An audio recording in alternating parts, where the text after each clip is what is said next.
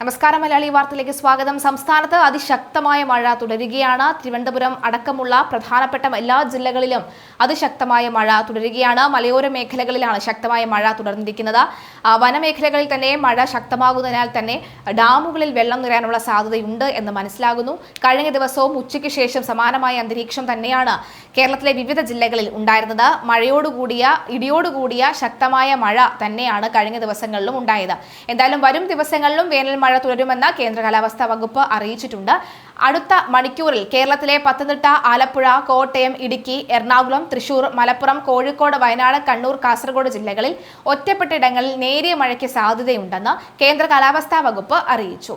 കേന്ദ്ര കാലാവസ്ഥാ വകുപ്പിന്റെ അടുത്ത 5 ദിവസത്തേക്കുള്ള മഴ സാധ്യതാ പ്രവചനം വിവിധ ജില്ലകളിൽ കേന്ദ്ര കാലാവസ്ഥാ വകുപ്പ് യെല്ലോ അലേർട്ടാണ് പ്രഖ്യാപിച്ചിരിക്കുന്നത്.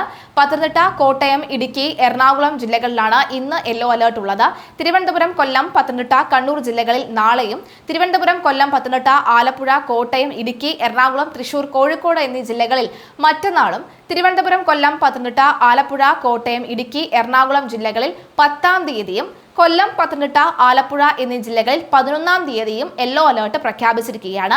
പക്ഷേ വരുന്ന മണിക്കൂറുകളിൽ ഈ അലേർട്ടുകൾ മാറിമറിയാനുള്ള സാധ്യത തന്നെയാണ് കാണുന്നത്. കാരണം ഈ പ്രവചനാതീതമായ മഴ ലഭിക്കുന്ന ഒരു സാഹചര്യമാണ് നിലവിൽ നിലനിൽക്കുന്നത്. കാരണം പ്രത്യേകം സ്ഥലങ്ങൾ കേന്ദ്രീകരിച്ച് നോക്കുകയാണെങ്കിൽ ഈ അതായത് ഓരോ സമയം പെയ്യുന്ന മഴയുടെ അളവെന്ന് പറയുന്നത് മൃഗീയമായി ഉയരുന്ന സാഹചര്യം ഉണ്ടാകുന്നു എന്ന് തന്നെ എടുത്തു പറയേണ്ടി വരും. എന്തായാലും ഈ ജില്ലകളിലാണ് യെല്ലോ അലേർട്ട് പ്രഖ്യാപിച്ചിട്ടുള്ളത്. ഒറ്റപ്പെട്ട ശക്തമായ മഴയ്ക്കുള്ള സാധ്യതയാണ് പ്രവചിക്കുന്നത്. 24 മണിക്കൂറിൽ 64.5 മില്ലിമീറ്റർ മുതൽ 115.5 മില്ലിമീറ്റർ വരെ മഴ ലഭിക്കുന്ന സാഹചര്യത്തെയാണ് ശക്തമായ മഴ എന്നതുകൊണ്ട് അർത്ഥമാക്കുന്നത്.